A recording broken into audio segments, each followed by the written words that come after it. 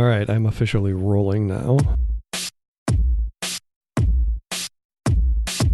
You're listening to the Theology of Games Podcast, your source for gaming news, reviews, and interviews with the top voices in the industry. Find us online at theologyofgames.com. And now, here are your hosts, Scott Firestone and Jeremiah Isley.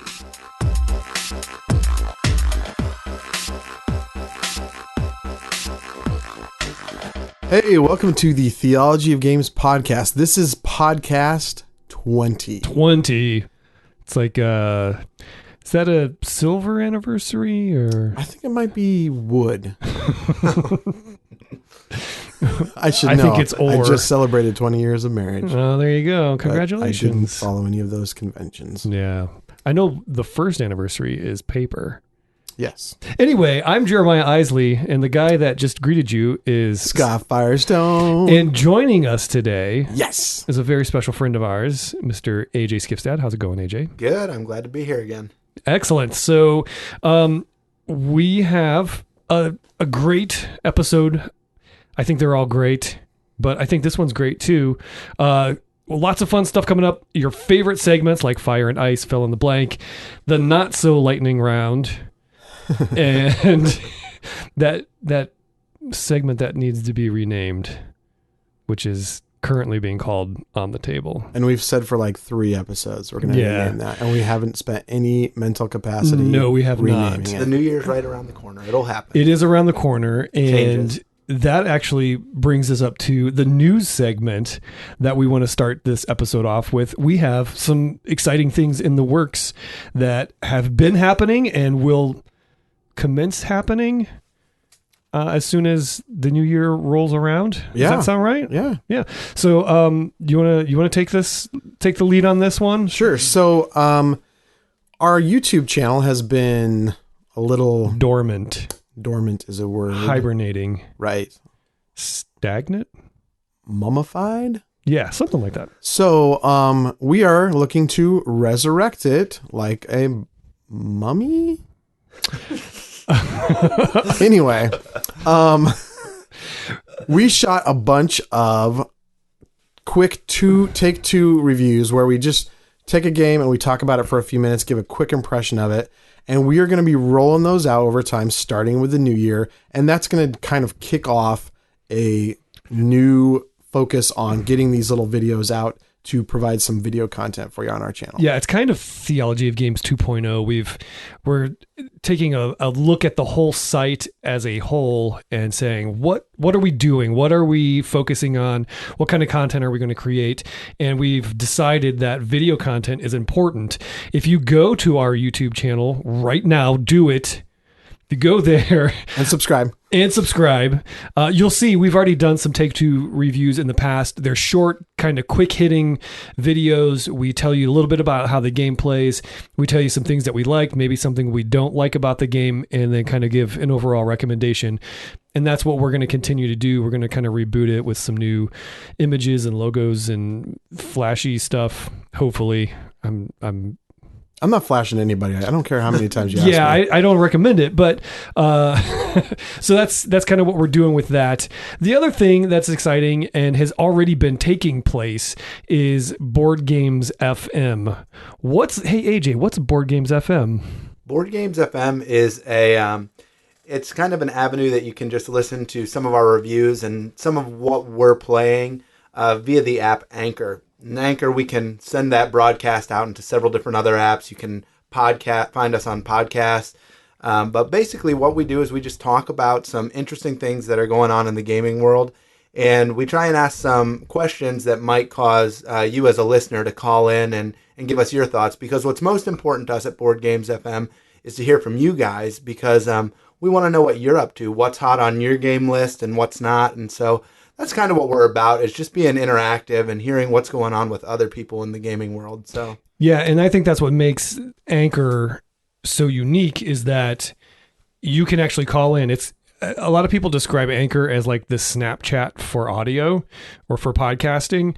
And so it's that we broadcast on Board Games FM every day since what, September or something? Yeah, something like that. So we've been really cranking out content there.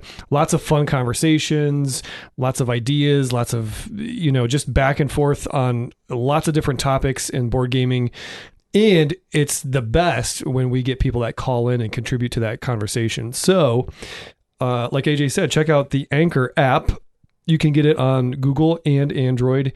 And if you don't want to go that route, you can still go to podcasts through your iTunes, or I believe it's on the Google Play Store now too, and look for Board Games FM. And it is a daily podcast. We are publishing an episode every day. It's a different format than this. It's, little segments from each of us, one at a time, but it's a lot of fun. And if you want more Theology of Games in your life, this is the way to do it. Yeah, it really allows us to be very nimble because we can see a news story that morning and boom, it's like we're on Anchor saying, hey, Imperial Assault has an app now for it to be fully co-op. Yeah. And we can just drop that in there and we don't have to write up a post. And blog posts are obviously great, but this just allows us to give you a quick hit and then back out and talk about something else later. And it all comes together as one podcast. It really works out well. Yeah. So that's the news segment, I guess, for this episode is more about us being kind of selfish, talking about ourselves, but, we wanted to share all of that stuff. Look for Board Games FM is happening right now. So as soon as you're done listening to this, listen to this entire episode, then go subscribe. And there's 60, 70, 80 episodes of Board Games FM. There's a ton of them. So grab those. Sometimes they're short. There's only a couple minutes in one day. Sometimes there's up to 20 minutes or so. But it's a lot of fun. Good stuff. Tune into that. And look for us on YouTube coming up in January, and look for more written content. I know we've kind of been slacking on that front, but we are going to get that kicked off as well. We've played a lot of games and got a lot of stuff coming. Definitely. What about the games?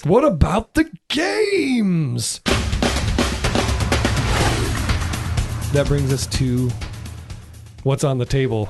the segment we should say, by the way, we're all three in the same room, which is like the stars have aligned, the planetary gods have strummed their harps. What kind of gods are you talking about? Like, I don't know. They should be chucking thunderbolts or something. Right. Strumming their harps. That's why you don't design games. That's true. It's true. Stupid. But so we're all in the same room recording today, which is great. And Scott has been in town the last couple weekends for some work things, and this never happens. Ever. I mean, this is the first time you've actually been to my home. And so good stuff. So we've actually had a lot of time to play games and put them on the table. So we've got a long list that's very similar for this episode. And then AJ, I know you've played some stuff outside of hanging with us, so we can talk about some of those too. But why don't you go ahead and let's get this thing rolling, and please, somebody out there, send us a new name for this segment. Please. So in the last couple of weekends, I've been able to come down and play some games, and we got to the table Santorini, Element, Valeria Card Kingdoms, Photosynthesis, Campy Creatures, Saikatsu, Seikatsu, Tomatsu, Joraku, Running with the Bulls, The King's Abbey. I think that's it. Did you say Campy Creatures? Yeah, I did. Did you say... What did we play yesterday? I was having a hard time remembering too. And then I already forgot. Oh, you played Sherlock and Holmes? Or? Oh, yeah. We played Holmes, Mycroft, Sherlock and Mycroft.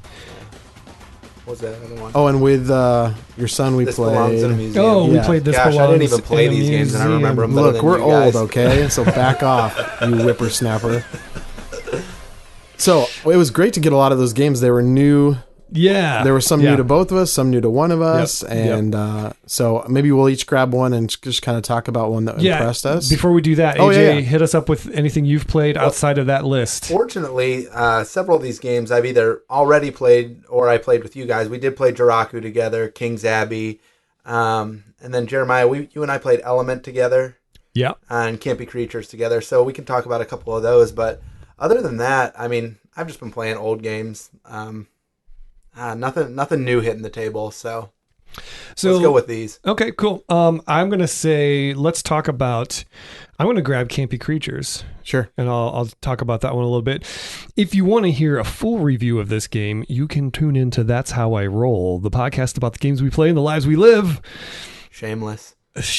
But you can go to theologyofgames.com/roll and find a whole list of episodes there, including a drive-by review of Campy Creatures. All right, I'm done. Campy Creatures is actually, I believe it released at Gen Con this year. It's from Keymaster Games, and it is a game of capturing mortals. It's simultaneous action selection, so everybody has the same hand of cards every turn. But as they play them, they do get to choose which one they want. So you start the game, everybody has the same cards, and all your cards are these creatures, these classic, the mummy, the werewolf, the vampire, the blob, all these classic movie creatures and monsters, and you play them down. They each have a power, but they also have an ability, which allows you to turn off other players' abilities, or allows you to choose first, or sometimes choose two of the mortals that are dealt out that you're trying to get. And gaining those mortals, which are like teenagers, or the damsel, or the engineer, or the deep sea diver, some of them give you points. Some of them you have to collect more than someone else to get points. And some of them give you negative points depending on how many you have. So it's, if anything, I think we all agree it's probably one of the best looking games this year. Absolutely. The artwork is gorgeous. It's very, very thematic with the whole cheesy B-movie horror monster kind of thing. And I've had a lot of fun with it. My boys have played it with me a couple times. I bring it out at family events because it's light enough that people understand it, and it doesn't get boring because everybody's always choosing an action every turn. I think it's a lot of fun. It's a really kind of a hidden gem. I think more people need to know about this one. Definitely. Yeah, it popped up on Kickstarter, and I saw it and went, wow, that art is beautiful, but I'm always kind of wary of Kickstarter games. So I was like, well, we'll see what happens. Yeah. And then after we played it, I was like, oh, there's actually a fun game there too. Yeah. So I'm definitely going to be picking this up now. But I liked it. It wasn't more than what it was. You got it to the table. It was quick, and they didn't try and make something more out of it than what it was. And then I really liked the fact that a lot of the pictures and stuff just really fell into that, like you said, B-movie category. But not only that each monster had like a specific power. Yeah. And that was what was really cool. It's like in these movies, these monsters do something, and these cards do something too. Yeah, so. Yeah. I played it with my sister one time, and she's like, I don't have any good cards. I'm like, you have the exact same cards as everybody else. Stop complaining. Just play one. But I think you're right on about the whole, like, it's exactly what it is. I remember the first time we played it, everybody had their card down and we were ready to show, and somebody was just stewing over what to do. And you just were like, it's Campy Creatures, just pick a card. And that's the game. Like, don't overthink it. Just have fun with it. Try to bluff a little bit, or, try to figure out who's going to play what, but it's Campy Creatures. Just have fun. Let's just play the game. Yep. That was a gem. Yeah.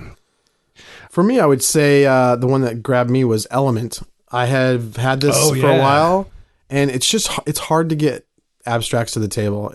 You can't be like, hey, who wants to play a themeless game? When there are other things available. So we finally got that played, and it's really cool. And I love that each of the different elements has a different power. And I also like how it plays differently with 2 players versus 4 players. With 2 players, you're playing against the other player, obviously, and you're trying to surround them. And that's it. Using the same mechanisms. But with 4 players, and I think with 3, I'm assuming that's true. Okay. Yeah, it's the same with 3. So there's kind of you're only trying to defeat the person to your right. But that means the person on your left is hosing you at every turn. But you have to go against your instinct and say, oh, I want to punch them right back in the face. You can't do that or you're going to lose. Nope. Because you have to focus on the person to your right who is focusing on the person to their right. And so that was a really cool mechanism where you just have to blow it off and move on to the other guy because that's your target, not the person who just hit you. Stay on target. Stay on target. I love that. I think that hunter mode was really cool where somebody's chasing after you, but you're chasing after somebody else. That really was cool. I've seen it in a couple deck builders and things like that. I think Star Realms does it. But for me, when we played this game originally, I had a little trouble wrapping my mind around like what the different elements can do. And so I was just learning this in a tutorial. But how do you feel like, actually having the game in front of you on the table and playing through, do you feel like it takes a while to get going, or did you learn it pretty quick and understand what was happening with each different element? It didn't seem too bad. There were a couple times where we're like, can we do that? And we'd check the rules. And, and they had pretty good examples in the rules where they thought through, somebody will have a question about the wind and what you can do with it. And so we just looked it up. Right. Yeah. I think, like I said, I think the rule book is actually, pretty well written. Like you said, those examples are there because, some of them are a little weird. Like, okay, fire spreads, but where does it spread to? How do I know where the extra tokens go? And things like that. But yeah, I loved it. AJ and I saw it first at Origins this year, and I was like, this is great. This is really a solid little abstract. Element from Rather Dashing is a rather dashing game, if you ask me. So we got to the table last Sunday. We played a game. It's a little small box game called Jiraku by TMG. And it was a neat game. It had that, is it Japanese or is it like ancient Chinese? Yeah, it's like feudal Japan kind of setting. And you have a deck of numbered cards. I think there's 3 different suits, just different colors. And you can see them by the different colors, or they actually have some titles on them too. It's Japanese words. Yeah, but basically, I was going to try to think of one off the top of my head. Ninja. We got ninja. But the ninjas are like their own thing. It was fun. There were different ways to win the trick. There wasn't just one way to win a trick like there usually is in like a standard card game. And when you won the trick, every time that you played a card, you got to move some pieces around a board where there were different territories. And there were rules that you had to follow about how you moved your little tokens around the board and how many points each territory was going to be worth at the end of the round. If you played Ethnos, you know what I mean there, how there's just different point values at the end of each round based upon who owns the territory. Well, that kind of element was in this game too. And it was super fun because we played 3 rounds and then the game is over. And it's really quick. And you're just moving these little pawns around as you play your cards and win tricks. You get points for winning tricks, but you also get points for winning territories. So we had a good time with it, I think. With the amount of time that it takes to play it, I think it's really fun. Yeah, I'm really interested to play with more than 3 players because each of those areas on the board score for a first, second, and third rank. So you're always kind of at least going to score something if you had at least one of your cubes on an area. I think it'd be even interesting to crowd that board a little bit more, and then somebody might have some people deployed there. They've allocated some of their resources to try to control that, and it didn't pay off. So I think that'd be interesting to play that. But I enjoyed the game as well. I like Trick Takers. I think they're really good gateway games because everybody understands, like around here, euchre is huge. So it's like, it's like euchre. You play a card and you have to follow suit and there's trump and whatever. Like people just kind of get those concepts. And I think if you can add wrinkles to that and say, hey, it's not just a deck of cards that you buy at the store. There's other concepts here, special abilities, special conditions, that kind of thing. I think it's a good gateway to go here. Take a step further. So, and there are plenty of great trick takers out there that just kind of add a different little wrinkle to it. And one of my favorites is one called Stitcheln, where you're trying to not take certain colors because they count negative against you. Yeah, it's probably my favorite trick taking game of all time. And there are lots of them like that where people, like you said, who are familiar with trick taking, Yeah. you can ease them in by going, well, this one's like that, a little bit different. Right. And this would definitely fall into that. And the next thing you know, they're playing Twilight Imperium. That's quite a trajectory It'll be there. a while before that, right? Euchre to TI4.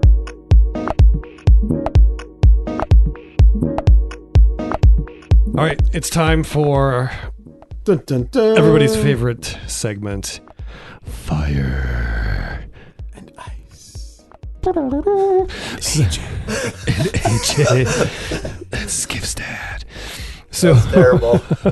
the Fire and Ice, the Fire and Ice segment was born out of a recommendation from a listener just like you. So when you write in, we listen.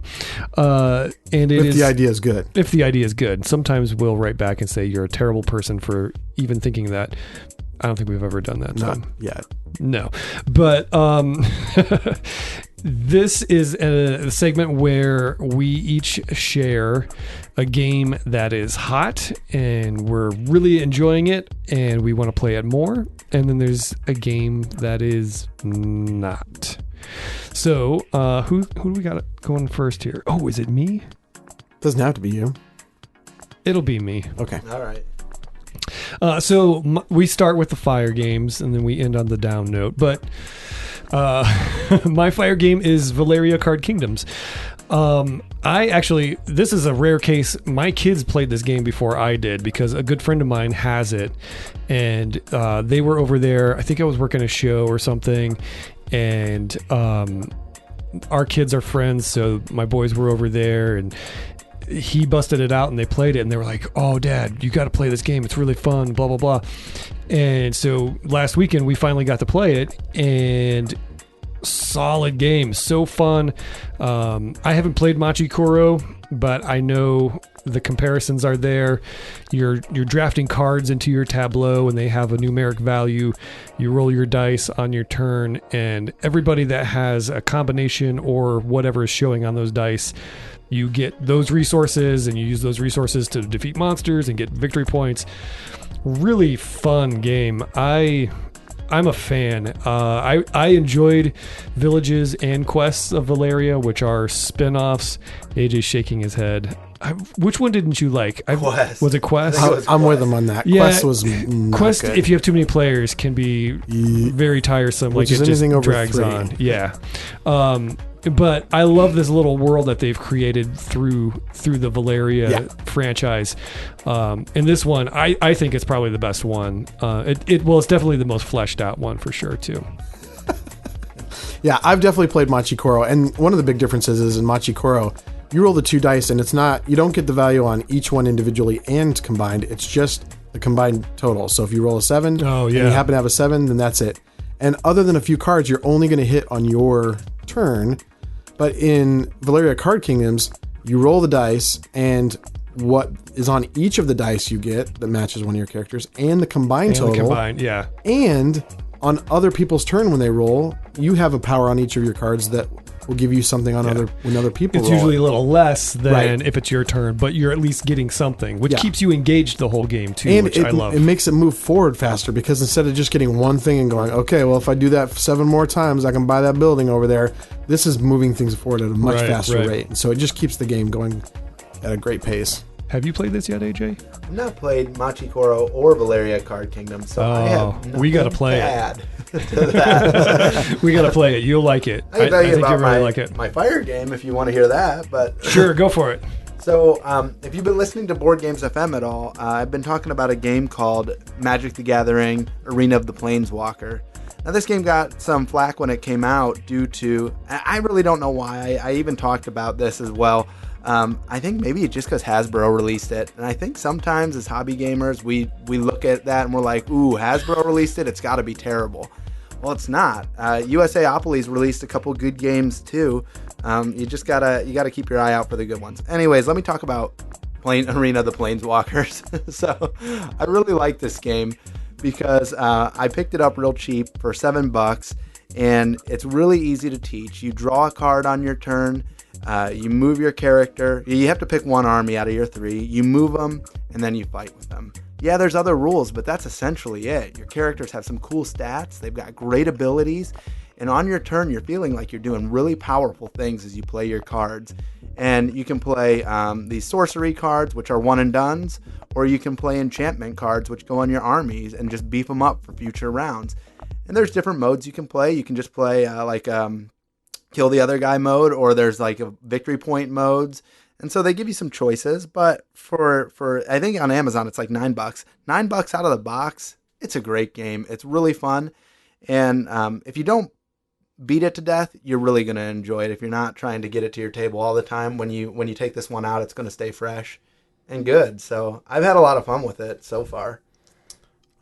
Jeremiah's looking skeptical. I'm judging you so hard right now. No, because it's Magic, because it's Hasbro, or what? I don't know. I just elitist. It's very similar from what I understand. I haven't played it yet, but it's very similar to the old HeroScape, which was I've a heard fantastic that. It's like game. HeroScape Lite. People are saying, and that's not fair to either one of the games to compare. Right, sure. But I'd definitely play it, and I don't mind the Magic universe or any of that. So. Oh yeah, I taught it to my nephew the other day. He's 10 years old. I taught it to him in a couple minutes.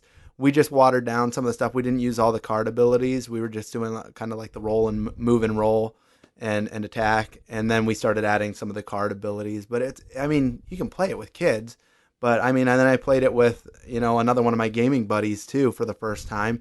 And we felt like we were making some like meaningful decisions, but really powerful decisions. It felt good playing these cards out of your hands, and had a blast with it. So that's what's on fire right now. All right, Firestone, what about you, sir? For me, it is a game from Bezier Games called Werewords. It's a friend of mine told me about this. We were talking about games that we'd been playing because he lives in Seattle. So it was like, hey, what have you been playing lately? He said, I've been playing Werewords, and I can't even explain why, because it's basically 20 questions. And he goes, I can't explain it, but it's way more fun than 20 questions has any right to be. And I was like, what? That sounds insane. And he goes, yeah, we'll play 10 games in a row, and we want to keep playing it. And I thought, okay, that sounds kind of crazy. So one of the guys in our group had it, and I asked if he could bring it. And we played it a few weeks ago, and it was super fun. You use an app, and there are roles given out to people. There's a mayor and a seer and wolves, and you're trying to guess this word that the mayor knows. And all he can do is set out tokens. You can ask him yes or no questions, and he says, yes, no. Is it a tree? No. Is it a plant? Yes.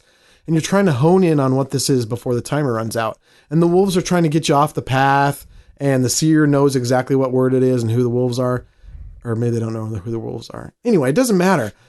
It's 20 questions, and it's super fun. And I immediately was like, well, I need that at Christmas, so there's one on its way to my house right now, because Werewords is super fun. Nice. Yeah, everybody keeps telling me about this game, and I haven't had a chance to play it, but my kids love One Night Ultimate Werewolf, so I think they're in the next room, but I'm going to buy them a couple of different One Night and Werewords and stuff like that.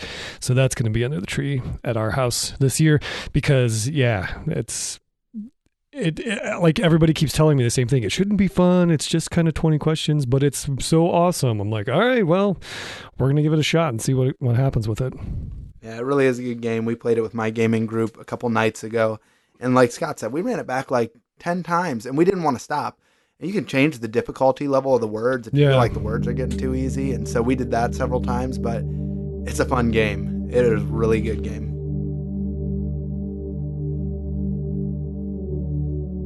Here we go. It's time for the ice section of this segment. Who wants to run this one first? I'll kick it off. All right, go for it. We're talking about games by Bezier Games, and one of them that's ice right now, and you guys are going to be like, what? Is Castles of Mad King Ludwig. What? Yeah, exactly. I've been playing this game and playing. You've been playing it a lot, though. I can see that. Oh yeah. It's hitting the table a lot, because when you teach a new game to, and you guys probably experience this, you teach a new game to your friends, or maybe another couple that comes over sometimes. When they come back over, they want to play that game that you taught them most recently. And so this just happens to be the one that we've taught like 3 different couples that have come over. So they come you back. Have nobody to play but yourself. Yeah, that's right. I know. But we give them choices. We tell them you can choose these games, and they always come to Castles of Mad King Ludwig because it's super intriguing. You're building stuff, and you're scoring victory points as and it's as you're visually being interesting too. Yeah. It's a very Yeah. tactile, visual type of game. Sure. So I played the heck out of this game, and what's worse about me just playing the heck out of it, I can't even talk anymore, is that I've been losing too. I'm getting worse and worse at the game as I play it. You'd think the opposite would happen, but no, I'm just getting worse. So I've had enough of castles for a while. There you go. That only exacerbates the problem because when people come to your house and beat you at a game, they're like, well, let's do that again. Right. Exactly. No. We'll be back next week. And you know we're going to want to play. All right, I'll go next. All right. For me, it is one that I wish I wasn't listing right now, but it's The Thing, Infection at Outpost 31. Yeah. I was super excited about this. I'm a fan of the movie. I like the theme. I love social deduction. I love potential bad guys wanting to rip your face off games. And this one was just okay for me. Like, there were lots of things in it I liked, but at the end of the day, I just think it's too difficult on the good guys, and I'm not sure that there is a good way. You can play better as a good guy, but I don't see how that ever beats someone playing just mildly well as a bad guy. Yeah, it And- does seem really out of balance. We talked about this last night. But Yeah, there's just, if you're a bad guy in this game, never play a sabotage card. And even if you just make it through, then you're probably going to make it onto the helicopter at the end because you're a good guy, right? And I just don't know how you can overcome that. You can't. Yeah, I don't know. I obviously, I mean, I think I've only played it one time so far, maybe twice. And so I don't know enough about the game and the intricacies of it to say, well, if you do this, this, and this as a good guy, then that'll set you up a little better. Or I don't know what the answer is, but I agree. And I think there's been a lot of people with that same kind of sentiment. Like, why would you ever have to out yourself as a bad guy? Why ever throw a sabotage card? There's a lot about the game that I like. Oh, yeah. I like that the sabotage cards aren't automatic fails. You know, some of them are, but some of them, you know, you have to lose dice out of this challenge that you're doing. I like the fact that the missions aren't just, you're going on a mission. Does it succeed or does it fail? You have to actually go and do things for it to be a success. But yeah, it's some really of them, imbalanced though. Some of the missions, I mean, most of them are like, you need guns or you need, explosives or whatever. But then there's one that's like, oh, if you don't have a Petri dish, which is normally a completely worthless card in your hand. Right. Petri dishes are terrible. People are chucking Except for them. this one mission where if you don't have a Petri dish, you lose. Yeah. And so I like how it forces you to think, oh, there could be one of those missions coming up. I need to hold on to this totally worthless Petri dish in my hand. Right. Hey guys, I got a Petri dish in my pocket. Will that help at all? What are you doing, Steve?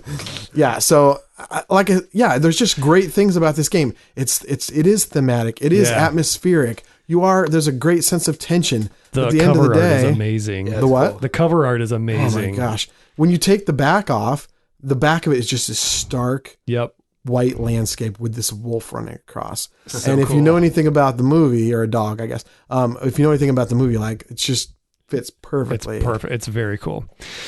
Yeah, I know. I get what you're saying though. I understand. It's a game I wanted to be really, really good, and I'm not sure that it is. I think the toughest thing about it is what you mentioned already. When you get to that last turn and you're waiting to see if you get a bad guy on the helicopter or not, you've been playing this game for an hour and a half already, and you can't make a game win or lose on a 1 second decision there. Now, if you're playing Werewords and the werewolves guess who the seer is, you've only been playing for 5 minutes. Right. Yeah. If you've invested an hour and a half, Yeah. there's got to be some better mechanism to make sure that the team wins or loses.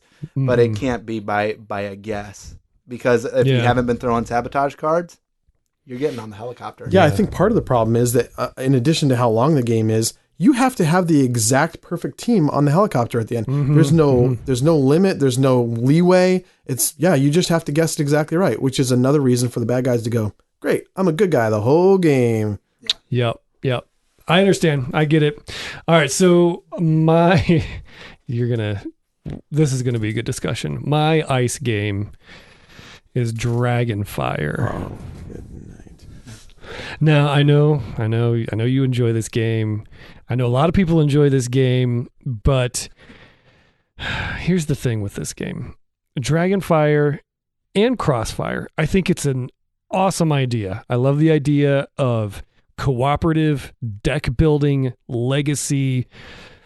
All those things are very cool. It's like this card version of an RPG.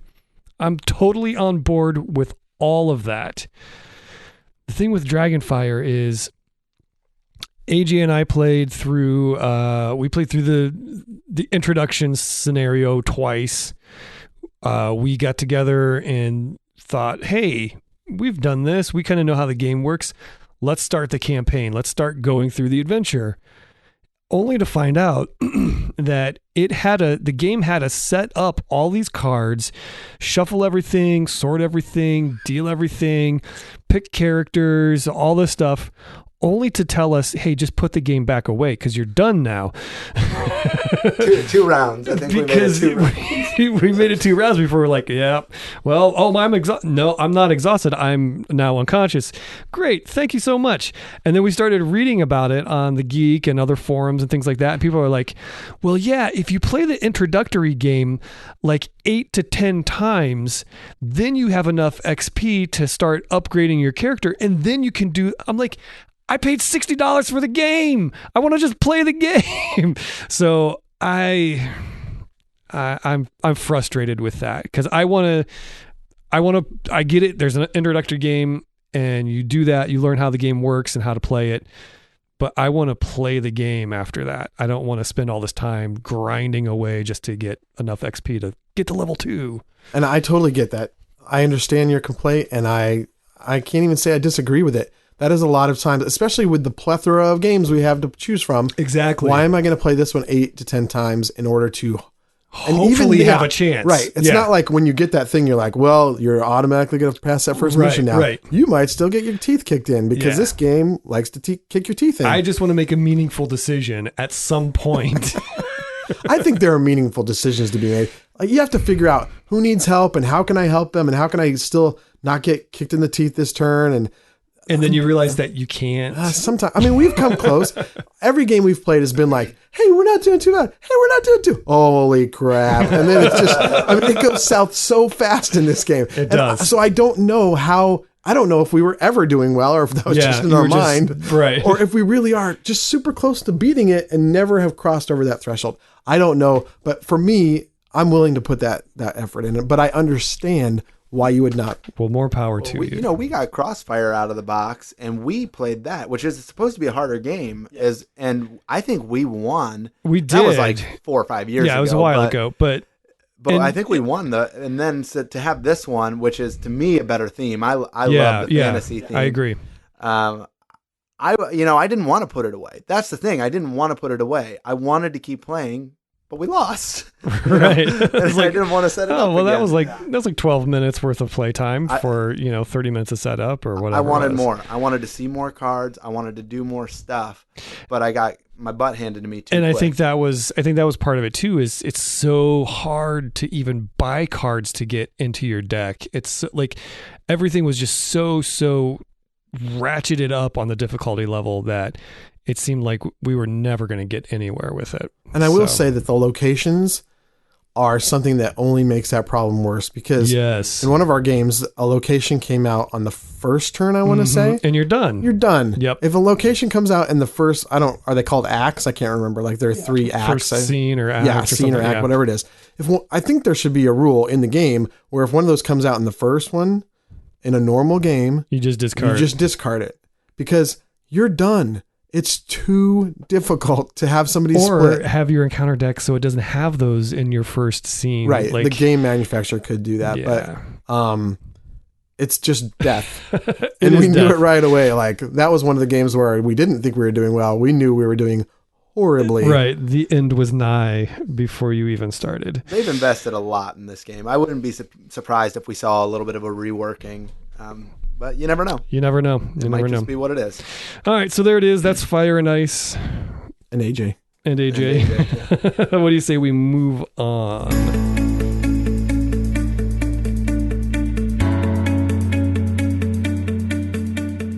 It's time to fill in the blank.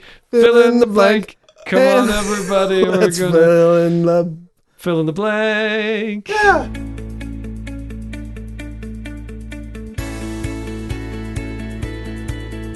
Every episode is an impromptu introduction to that segment that true. never sounds the same and always sounds horrible.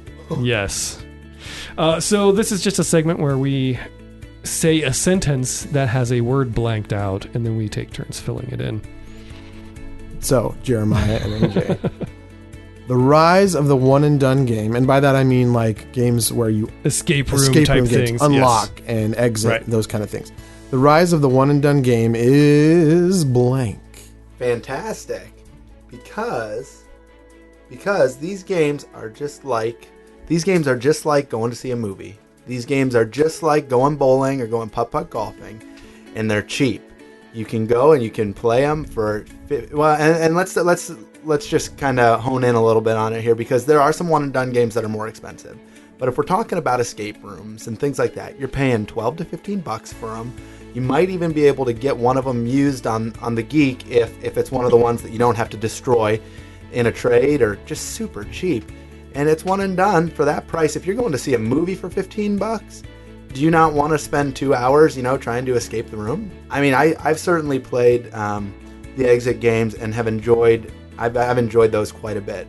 So I love it. I think if you don't feel like you're spending too much money and you're okay with that, you just have to think of it in terms of, you do a lot of other things in the entertainment industry that is just one and done. Why not games?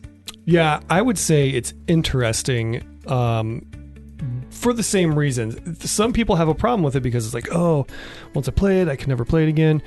But you look at people that have, 400, 500, 600 games on their shelf. Like, how many times have you actually played all of those games? Right.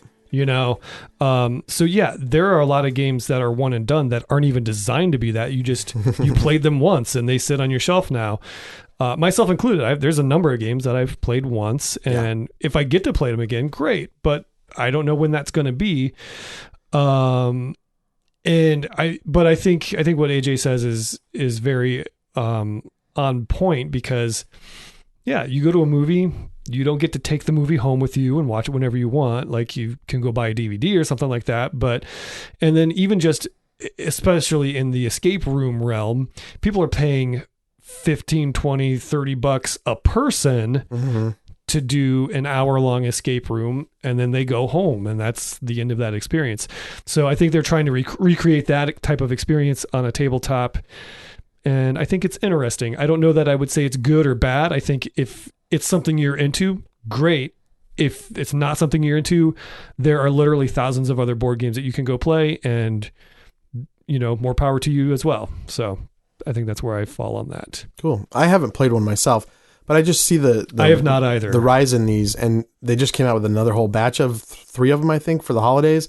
And I was just thinking, I don't know what I think about it yet either, because I haven't played one, but I don't think it would be out of line to go, hey, what if I'll buy the game and every one of you pitches in $2 or $3 on it. Sure. And then I won't feel like, and we could rotate that or whatever. Or I buy this one, you buy the next one. Like, yeah. Whatever. If you have a group of people doing it, that's like totally balancing out the money, and it doesn't seem like such of a hit.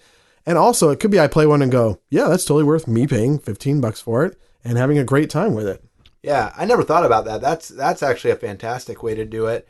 In fact, it didn't dawn on me when we went to Origins. Remember, they were sold out at Cosmos, or they were only selling like so many per day. Yeah, so I had my brother-in-law and my one of my buddies go back and pick them up. They were $12 a pop. I was like, I'll pay you for one of them. Give me whichever one you want. Well, it ended up that we all just played them. So I don't think I ever gave them any money. Sorry, guys. Hopefully he doesn't listen. Right. Yeah. Hey, you owe me. That's a great way to do it. But I would say if you're not sure about it, definitely just read reviews on the ones before you buy them, because I'm sure there's some that just probably stink. And then there's some that are probably pretty good. So if you're going to spend money, at least check out to see if they're going to be good ones or not. And there are some big name designers that are making these games now. I'm trying to think of one off the top of my head, but I know I've looked at the box and went, oh, that guy designed an escape room game. So it's not just some nameless person at a company that's just going, oh, I think I can make a good game. These are like legit designers coming out with these games. So that's even more intriguing to me. Yeah. That's cool. All right. Next up it's not on there, but I just came up with it because it's so close to Christmas. what is the top game or blank? I'll got to stay in the format of the segment. Wow, you totally ruined that. Blank is on the top of my Christmas list. Could be game, could be whatever. Top of my Christmas list. Okay. I say these things rarely when it comes to wanting a game, but I really want a new game that's out by Queen Games called Merlin, and it's a Steffenfeld game, and some of his games I haven't enjoyed in the past. I know nothing about Merlin other than it's got the Arthurian theme, and I love that. That just speaks to me right there. I love Shadows over Camelot, all that type of stuff. So I'm really excited to see how a Euro in the Arthurian theme plays out. I've seen pictures of this game. It looks fantastic. I just don't want to be disappointed. Aquasphere was disappointing to me, and there were a couple others. But Steffenfeld makes great games, and if you've been in the gaming world at all, you've played a Steffenfeld by now. Yeah. And he's got another one, and this is the first one that Queen's actually produced by him. I know TMG's done a few, and Ravensburger's done a few. This is the first one for them, so I want to check it out.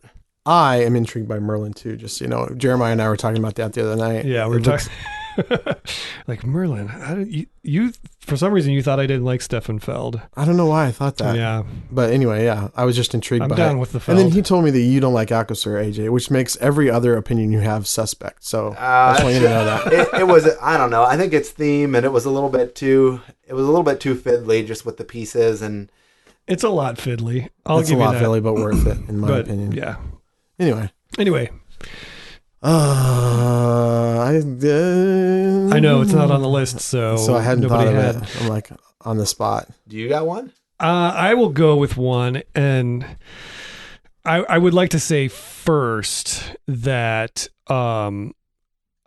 if there was a very intangible thing that I could have under the tree, it would be more time.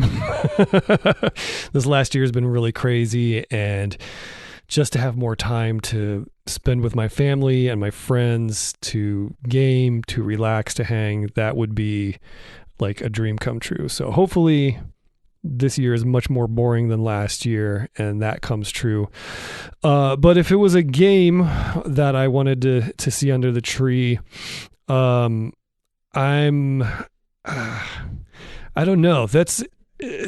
I just got a pile of them in the mail the other day, so some of that came true. But I would really like to see the Star Wars Rebellion under the tree. I don't get a lot of the Fantasy Flight games often. You know, they send us stuff every now and then, and some of those Star Wars games are just $100, right? And I can't justify dropping $100. I would say so Star Wars, or I'd say Gloomhaven if we're talking about $100 games, because Gloomhaven looks amazing and I did not back it. So, and if anybody's listening that wants to send that, I'd be glad to review Gloomhaven. Just gonna throw. We could even do a double take because I did. You did back it like a sucker. No, I don't think I'll regret that decision for a second. Yeah. For me, I think I would choose the Gaia Project, maybe. I think that's the name of it. It's the space-themed Terra Mystica. Oh. And I really like Terra Mystica. I think it's fantasy theme is fine, but a space one sounds really intriguing to me. And I don't think it's an identical game. I think it's just uses some of the similar mechanisms to it. And so I'd really like to try that one out. Cool. That's my answer to your off the cuff question. Do we have any other fill in the blanks? No, I don't have one. All right, well, that's going to do it for Fill in the Blank. Thanks for tuning in. That was Fill in the Blank. Fill in the blank. Hey everybody, let's fill it in the blank. Oh gosh.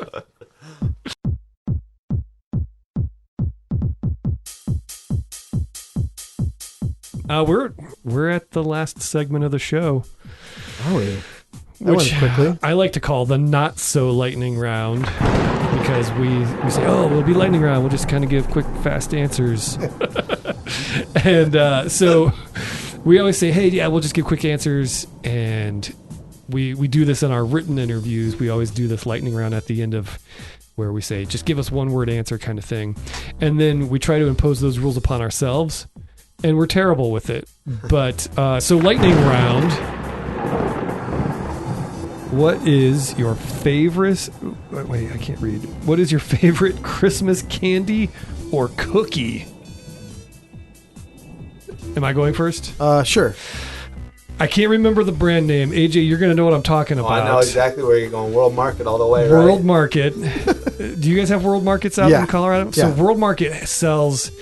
Where are they from? They're from Germany or Denmark or some like European, Scandinavian country.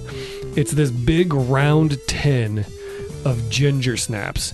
And these are unlike any ginger snap you have ever eaten. They're thin. They're super crispy, crunchy. They're not like the hard break your tooth ones that you get at the grocery store in a bag or whatever. These things are fantastic. I'll usually go through like 2 tins every Christmas because I'll buy one before and then I'll go afterwards and get them half off. Right. Yeah. So they only have them at Christmas? Good. I think so. I don't know. I think they're carrying them all year long. Are they now? But it's still special at Christmas. I haven't been to World Market yet this year. I definitely need to make that happen. 2 tins? That's like, there's like 1,000 in a tin. Oh, there's a ton. We go through them in the Isley household. Oh, wow. They're good. And then when I have game night, we kind of pile through a bunch of them. Anyway, all right. You guys, who's up? My favorite Christmas candy or cookie. I'll do a terrible lead up like Jeremiah did instead of giving a one-word answer. We got this woman at our church who every year she hands me and my wife Rachel. It used to be just she'd hand it to my mom and dad, but now that Rachel and I are married, she gives us our own tin of it, and it's baklava. This homemade baklava. It is. It's got like the sticky honey and the phyllo dough, however you say it. Yeah. Oh, it's delicious. It is so good, and you can only eat about 1 or 2 pieces, so it saves well because you're not just gonna eat through it real quick because it's so sweet. But it's awesome. It's good stuff. Yeah, that's a good answer. Mine is actually an homage to you guys here in Ohio. Uh-oh. My wife's family makes Buckeyes. They're like peanut butter candies dipped in chocolate that look like a Buckeye. And I ate quite a few of those over the year. And then this year, my wife got it in her head. She's like, I'm going to make all these different fudge recipes. I haven't had a chance to try any of them yet. But she texted me today. She's like, I just made some cappuccino fudge. And it's like the best thing I've ever had. So I cannot wait to try cappuccino fudge. That might be my new answer because... It might be. Or there might not be any left when you get home. There might not. So. In which case, I will say... Please make me some more. That's a good answer. Good answer. All right. Lightning round. Favorite? Have we answered this? Favorite Christmas movie? I can't remember if we've talked about this. Christmas movie? I know we've done song before. Right. And we've done least favorite song before. Feed the world. No, it's Feliz Navidad. Somehow we talked about it because that was when I found out the astonishing fact that you've never seen Elf because you don't like Will Ferrell. It's true. I did watch it this year though. Oh, you did? My boys discovered it because of one of their grandparents or something. So I did watch it and it was amusing. Oh my goodness. The fact that you let your dislike of Will Ferrell color your opinion of that movie so much is terrifying. I strongly dislike Will Ferrell. Unbelievable. So yeah, we've talked about this before probably, but let's answer it again. Why sure. not? Nobody wants to go back and listen to an old Christmas episode. Boring. Right. So let's see. Favorite. Oh, man. What if we do favorite untraditional Christmas movie? Like there are some that aren't really Christmas movies that have Christmas as a... Like you're referring to like Die Hard. Sure. Or Gremlins perhaps. Or Gremlins. Which are like the only 2 that I can think of off the top of my head. Gosh, I don't know. Okay, maybe I shouldn't have asked. I shouldn't have twisted it that way. Wasn't it interesting? Like It's a Wonderful Life. It's a deemed a Christmas movie, but there's like a good 20 minutes that's actually devoted to Christmas in the whole movie. Right. So I mean, they're out there. I would say let's just go back to regular Christmas movie. Okay. I'll say this year, the one that I want to watch the most is Ernest Saves Christmas. Wow. You will not watch Elf because you don't like Will Ferrell, but Ernest Saves Christmas? Jim Varney is an American hero. Look, I'm not going to dispute that Ernest Goes to Camp is one of the most underrated comedies that has ever been filmed. I would agree with that. But man, they went downhill after that. I think they held steady with Ernest Saves Christmas. Now, some of the other ones, I will give you that. But Ernest Saves Christmas is a modern classic. Okay. All right. So that's my answer. What's your answer? This year, I think I'm feeling it's Christmas Vacation. Yeah, I haven't seen it yet this year. I haven't either yet this year, but I'm feeling the need. Yeah.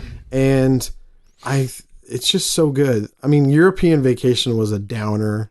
The first Vacation was good. Second one was terrible. So when this first came out, I did not have high hopes.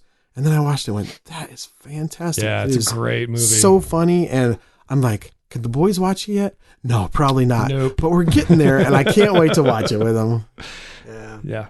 My favorite Christmas movie is called Scrooge. It is not Scrooged with Bill Murray. It's just called Scrooge. Okay. And there's 100 adaptations of the Christmas Carol out there, but this one is straight out of 1970, and it's got the worst musical music you've probably ever heard. It's so cheesy, but I grew up on this film, so I absolutely love it. And the music's not terrible, but it's straight out of the 70s. Right. So I love this movie. I love the Muppets Christmas Carol too. Yes. Both of those combined are like my favorites. So to make it relevant and things that people actually know, we'll go with Muppets Christmas Carol instead. But you mentioned Scrooged, and that is a great Christmas movie too. It's a very good modern telling. I think it's underrated and it doesn't get talked about very often. Yeah. But it really was good. Good actors in it. I mean, I love Bill Murray. Right. Are you okay with Bill Murray? Yeah, I like Bill Murray. He's funny. Okay, yeah, just like Will Ferrell He's is. not Will Ferrell. Yeah, that was a good movie.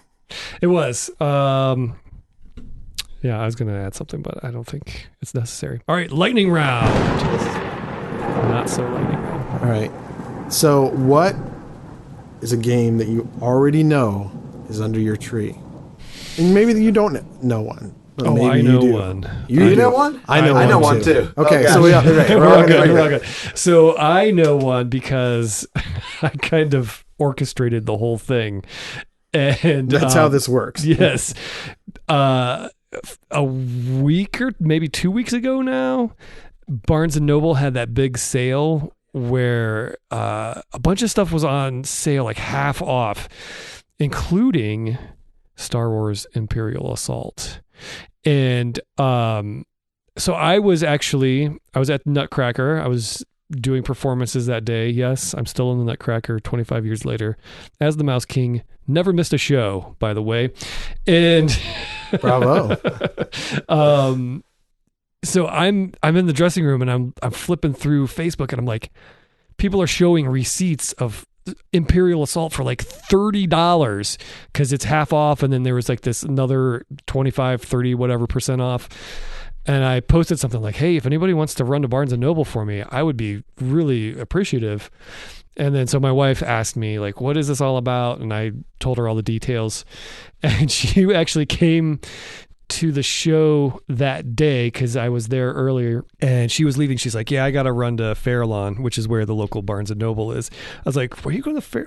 Oh, nice. So I know what's under the tree, and I can't wait. I was out super there that stoked. same day. I was out there that same day. I went to Barnes & Noble's, and I didn't get there till 3:00 in the afternoon. There was nothing. Yeah, I guess she actually called earlier and had them hold it, and they would hold it for 3 days. They sent her an email saying, you have it on hold. This is the game, blah, blah, blah. And because otherwise she's like, I'm not going to go out there just to, not get it. And so, yeah, they held it, and it'll be there. That's awesome, especially with that new app. I'm so pumped for it. Is it the same as the Descent app, kind of? Is it? Yes. Does it? Okay. So it makes it so that everybody. It makes it total. Yeah, it's total co-op. Total co-op, and anything you add, it adds into the app, and so that's super cool. Can't wait. Cool. Well, under my tree, I saw this. My family shares a group Amazon Prime account with like my brother and sister-in-law, my mother-in-law and father-in-law. So I'm always good at getting gifts past Rachel because I'll order something and then, I don't know, she never looks. But I'm on it yesterday, and I see Star Wars Imperial Entanglements, which is a expansion to the LCG game. Oh, yeah. And it just adds more to each faction. And I saw it on there, and I thought, okay, well, my brother-in-law, he's into games. It might be for him. And then I thought, no, he doesn't really like that game. And I thought, well, let's see whose house it's getting shipped to. so it's getting shipped to my mother-in-law's house. I know she's getting it for me for Christmas because I sent her my Amazon wish list. So I'm pretty pumped about that. It's going to be good. That's awesome. Nice. Well, I orchestrated one too. I saw a great deal on Reiner Knizia is a designer he used to design so many games and just classic ones. But in the last few years, he's kind of been under the radar and hasn't put much out. But he put out a game a year or so ago called The Quest for El Dorado. This is supposed to be a return to form for him. It's a game where you're trying to search for treasure, and it's different every game, tons of replayability, and it's just supposed to be a great game. And so it was on sale for just a little over $20, I think. And so wow. I said to my wife, hey, have your parents gotten me anything for Christmas yet? And nope, done. And so it's going to be there for me, and I'm super excited because I miss the old Reiner Knizia. He used to put out some great games.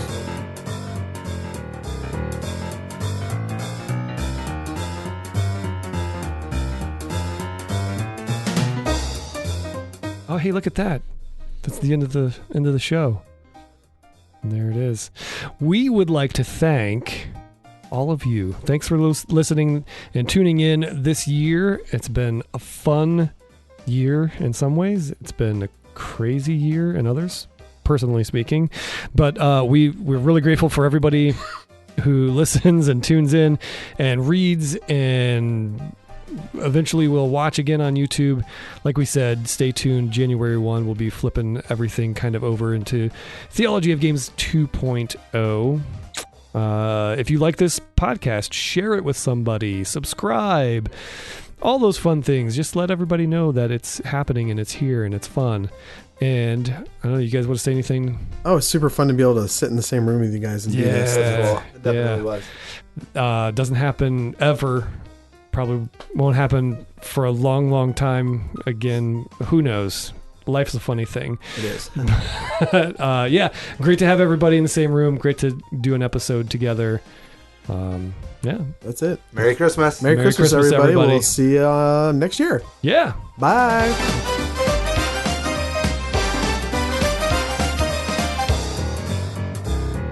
You've been listening to a special episode of the Theology of Games podcast with Jeremiah Isley, Scott Firestone, and AJ Skifstad. If you'd like to contact Theology of Games, head over to theologyofgames.com or email us at theologyofgames@gmail.com. And of course, you can find us on all your social media outlets by searching for Theology of Games. Thanks for tuning in. Get a game on the table and have a great Christmas.